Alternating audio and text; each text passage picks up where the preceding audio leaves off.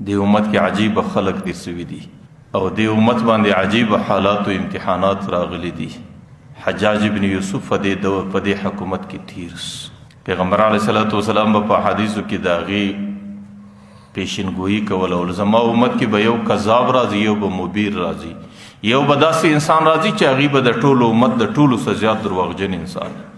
او زما په امت کې به یو داسې سړی راځي هغه به د ټولو امت زیات هلاکت کوونکی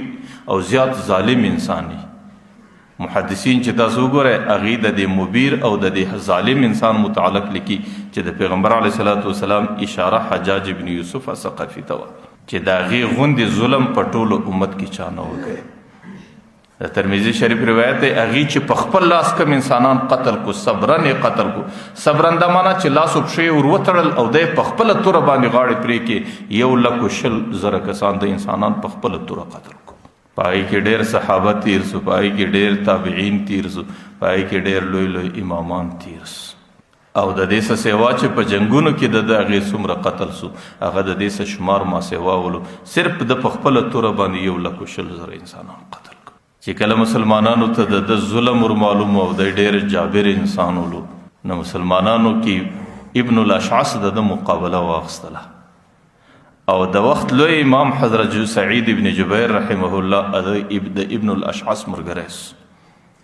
او د حجاج ابن یوسف په مقابل کې ودرېدی. چونکه حجاج ابن یوسف دا د مروان د طرف حاکم او مروان ډیر لوی حاکم ولو او دا غي د طاقت ډیره زیاته اندازه ولا دا غي د حکومت ډیره غټه ساحه ولا دا غي مقابله چانس وکولای. ځکه دا غي په مقابل کې ابن الاشعث ماتي وخړله او سعید ابن جبیر د مدینه منورې څخه پټ ولاړ او په مکه مکرمه کې پټ او چونکه د حجاج مخبرین ډیر زیات نو هغې دستي د سعید ابن جبیر اطلاع د حجاج پورې راورسوله چې دی په مکه کې پټ دی، په پلانکي کور کې پټ دی. حجاج دستي عسکر ورواستول نو حضرت سعید ابن جبیر رحمه الله هلته ګرفتار او د ګرفتارۍ څخه وروسته راوستل سو او د حجاج مخ ته ودرول سو. حجاج ابن یوسف چونکې ډېر لوی ظالم و د هغې مخ ته چا کلام کولی نه سو نو هغې سعید ابن جبیر ته اوله خبره دا کوي ورته سړی زړه مې دا غواړي چې په لږ وخت کې دی جهنم ته ورسوم، یعنی قتل دې کم چې دستي جهنم ته ورسېږي. سعید ابن جبیر ورته حجاجه کچیرې ماته د جهنم او د جنت مالک بللی او ماته د مرګ د ژوند متصرف بللی بیا مې د الله څخه ما سوا و تا ته هم سجده کوله، لیکن مرګ ژوند د الله په لاس دی، جنت و جهنم د الله په لاس دی، د دې مالک زه تا نه بولم. حجاج ابن یوسف دویمه خبر ورته کوي ورته حضرت علی رضی الله عنه په جنت کې بولې که په جهنم کې، چونکې د حضرت علی رضی الله عنه سره د دې ډېره غټه عداوت او دشمنی او غټه مقابلې راغلې. حضرت سعید ابن جبیر ورته چې کله زه جنت او جهنم له ورسم د هغې خوا به بیا تعالی حال راوړم چې حضرت علی په جنت کې و که په جهنم کې. حجاج ابن یوسف درېیمه خبره درته کوي زما د مرګه بعد ما په کم حالت کې بولې، چونکې د مسلمانانو غټ امام دی حضرت سعید ابن جبیر. هغه ورته ستا د مرګ بعد ستا حالت معلومول دا د غیبو خبرې دي، د غیبو معلومات الله تعالی څخه سوا د بل چا سره نسته، زه ستا د مرګ متعلق هېڅ نسم ویلی، ستا د مرګ بعد چې ستا سره الله تعالی څه کوي. نو حجاج ابن یوسف حضرت سعید ابن جبیر باندې دا قتل فیصله وکړه او اوس یې قتل کې جلات ته ویل چې به سر یې پرې کړه. حضرت سعید ابن جبیر ورته ویل چې ما ته د 2 رکعاتو لمانځه وخت راکړه. هغې چې کله د لمانځه وخت ورکېدی چې په لمانځه باندې درېږي نیت تړي سوی